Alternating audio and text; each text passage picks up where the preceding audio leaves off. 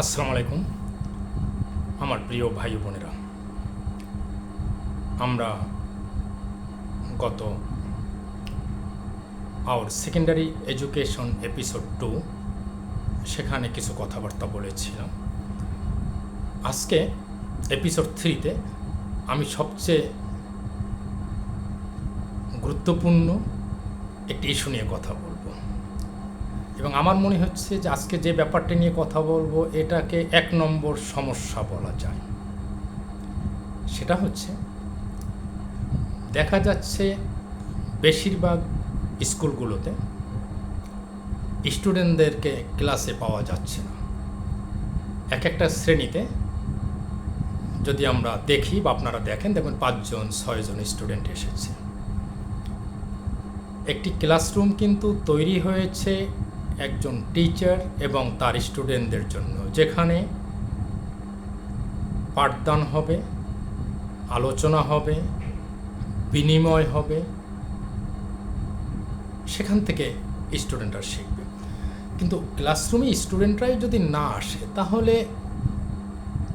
কারা পাঠদান করবে, কে পাঠদান নিবে? ব্যাপারটা কিন্তু খুব গুরুত্বপূর্ণ। এক্ষেত্রে সবচেয়ে মজার ব্যাপার হচ্ছে, ব্লেম করার একটা প্রতিযোগিতা হয় এই ব্যাপারে।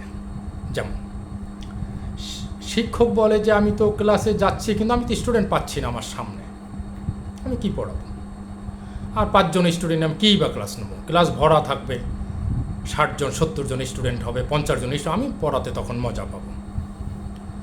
গার্ডিয়ানদের কমপ্লেইন হচ্ছে ক্লাস খুব বেশি ভালো হয় না, শুধু আমার ছেলেটিকে বা মেয়েটিকে স্কুলে পাঠিয়ে এই এত লম্বা সময় ওখানে খরচ করতে আমি রাজি না। বেটার আমি আমার ছেলেটিকে বা মেয়েটিকে আলাদা করে কোনো কোচিং অথবা বাসায় কোনো টিচার এনে পড়াবো। আর স্টুডেন্টদের ব্যাপারে যে মনস্তত্ত্ব, সেটা মোটামুটি ভালো। বিশেষ করে ভালো স্টুডেন্ট যারা, একটু প্রথম দিকের স্টুডেন্ট যারা, তাদের বক্তব্যটা এরকম যে স্কুলে যাব, হয়তো 6টা ক্লাস হবে, কিন্তু ফ্রুটফুল ক্লাস খুব একটা বেশি হয় না। তার মানে এখানে দোষারোপের প্রতিযোগিতা চলে। এই সমস্যাটা খুব প্রকট হয়ে যাচ্ছে দিন দিন। তার মানে হচ্ছে, একজন শিক্ষার্থী শ্রেণী পাঠদানের উপর তার আস্থা হারাচ্ছে, একজন গার্ডিয়ান শ্রেণী পাঠদানের উপর ভরসা পাচ্ছে না, একই সাথে একজন শিক্ষক আবার দোষারোপ করছে যদি স্টুডেন্ট আমার সামনে আসতো আমি তো পড়াতাম, আমি ভালো ক্লাসই তো নিতে পারতাম। এখন কাকে আমরা কি বলবো? তাহলে এই সমস্যার সমাধান কি হতে পারে? এই সমস্যারও আমি বলেছিলাম নীরব সমাধান আছে, এবং সে সমাধানটা আমি শেষের কোনো এক এপিসোডেই বলবো। এইটা এর আগে তো ছিল না, এখন কেন হচ্ছে?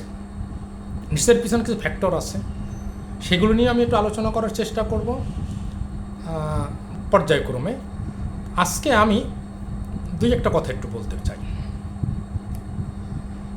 যে কথাটা স্টুডেন্টদের পক্ষ থেকে বলা হয় যে ক্লাসে আসলে ফ্রুটফুল কিছু হয় না, আমি যে এতটা সময় ওখানে থাকবো, কথাটা কিন্তু একদম যে পুরোপুরি মিথ্যা তাও নয়, আবার একদম পুরোপুরি সত্য তাও নয়।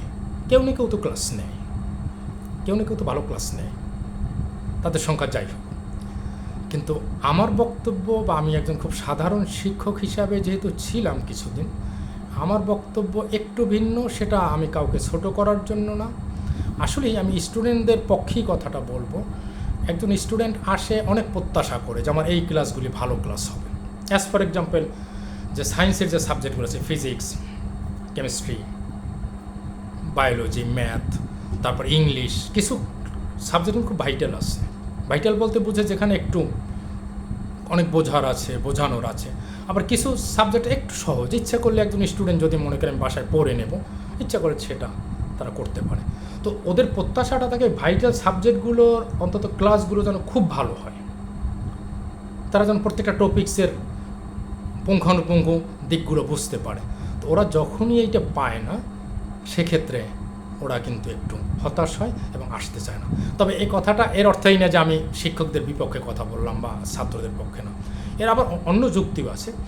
অনেক ছেলেমেয়েরা ইচ্ছে করে স্কুলে আসে না, ইচ্ছে করে আসে বাইরে ঘুরে বেড়ায়, কারণ ওরা মনে করে যে আমি বাইরে ঘুরে বেড়াতে মজা আসছে, দোকানে আড্ডা মারে, বিভিন্ন জায়গায় বন্ধুদের সাথে কোনো জায়গায় তো বসে, এভাবে কিন্তু এর দৃশ্যও কিন্তু দেখা যায়।